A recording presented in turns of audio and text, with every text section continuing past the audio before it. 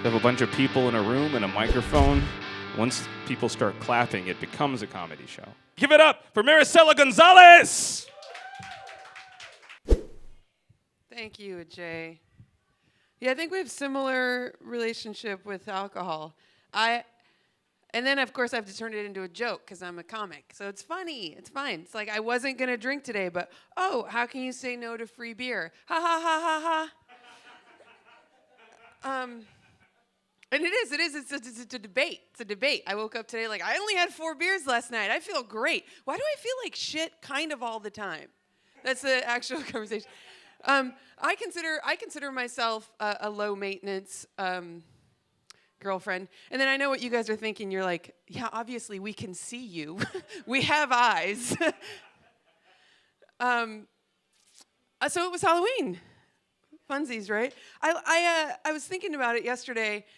I would have a lot more respect for Halloween and Halloween costumes if every person had a backstory to their costume. If everyone went to great lengths to come up with a whole character history. It's like if you were at a party, it'd be like you'd start a conversation with someone and then an hour later you finally were done hearing their description of their costume.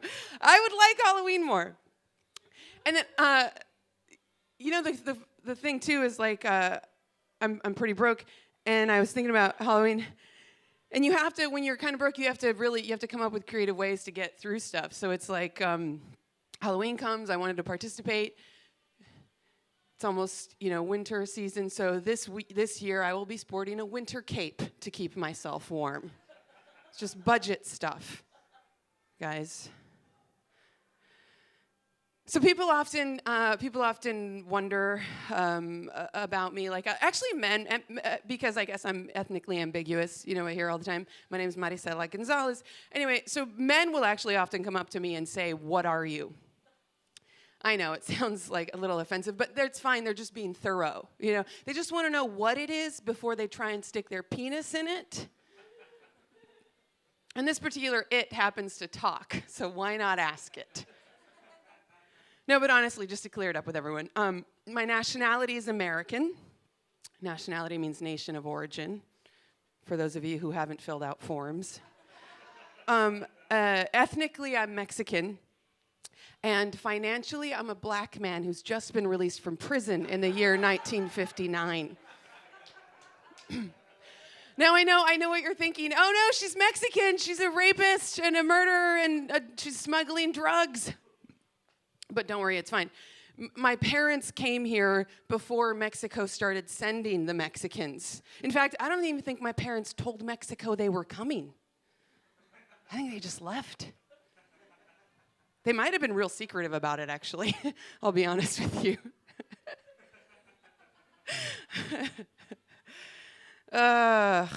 Speaking of parents, it was my mom's birthday recently.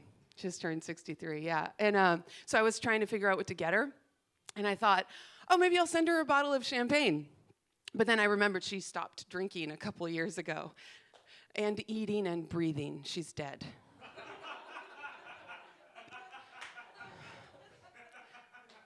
No, I know. Really, it is hard when her birthday comes around, though. It's hard. I get sad because I'm like, what do you get a person who resides in the afterlife, Stare at old pictures of her and cry? I got her that last year. Hold on, I need to hate myself a little more. Give me a second.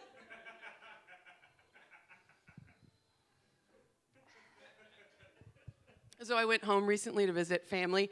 Not my mom, she's dead from the earlier part of the show. I went home and I go stay with my brother.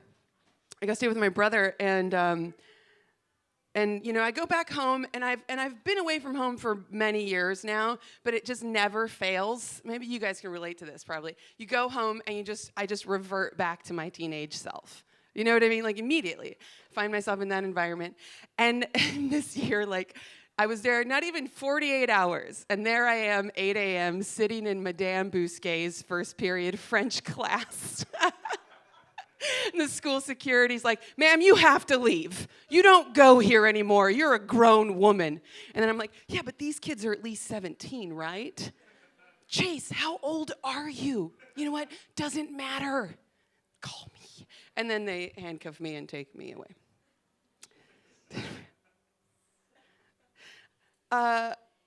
So I'm there, and my brother has 2 little boys. I have 2 little nephews that are just the cutest little fucking kids. If you have a minute later, I'll show you pictures. I will. But they're so cute, and they really get a kick out of me being there. I take them to do fun stuff. We hang out. So they get sad when I have to leave again all the way across the country. So they came up to me a couple days before I had to leave, and they were like, Auntie, can you move your house to here? So cute. Oh, my God. I was like, oh, my God. You think I live in a house?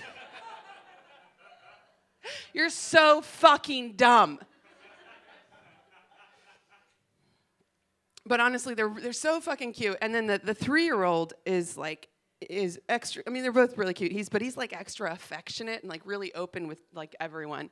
And so I was like staring at him one day, and I thought to myself, you know, if he were to get child molested, we'd have to sit him down and ask him, what were you wearing, Nolan? And then the shitty part is that we're the ones who dress him. He can't dress himself. So it's like, well, that's the last time you go out in a half shirt and thigh-high boots, you little slut.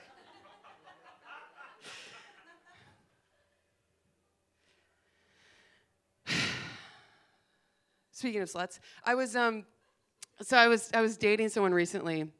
And it ended, and I was really heartbroken. And then the thing that really stings the most was that he never even knew we were dating, you know?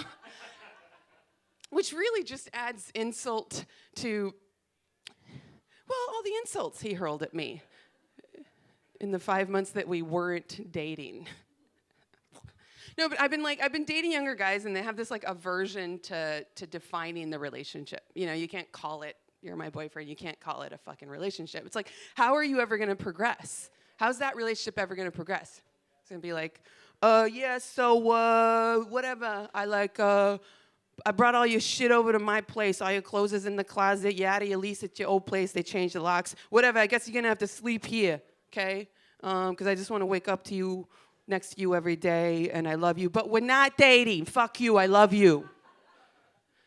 And then 4 years later, yeah, so, I mean, whatever. I don't know what you're doing on April 27th, 2016, but it's a Saturday around 2 p.m. if you're free. There's this real nice place up in Tarrytown.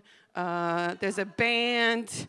There's going to be food and wine. Whatever. My whole family's going to be there, but whatever. I mean, if you can come around 2 p.m. and wear a dress, like a white dress, something like The Absence of Color, if you could show up, whatever, I'll be there because I want to spend the rest of my life with you. You're perfect and you're beautiful and I love you, but we're not dating. Fuck you. It's so fucked up, right? So I'll leave you guys with this. You know how when you're walking down the street, and then your alarm on your phone goes off? The one that says, take birth control pill? And then you're like, oh, fuck, I don't have anything to take that with. I don't have a bottle of water on me. And then you go, oh, wait a minute. I have that flask of bourbon that I've taken to carrying around with me to get through the day. And then you're like, oh, this is why I have no money and no prospects. Because this is who I am.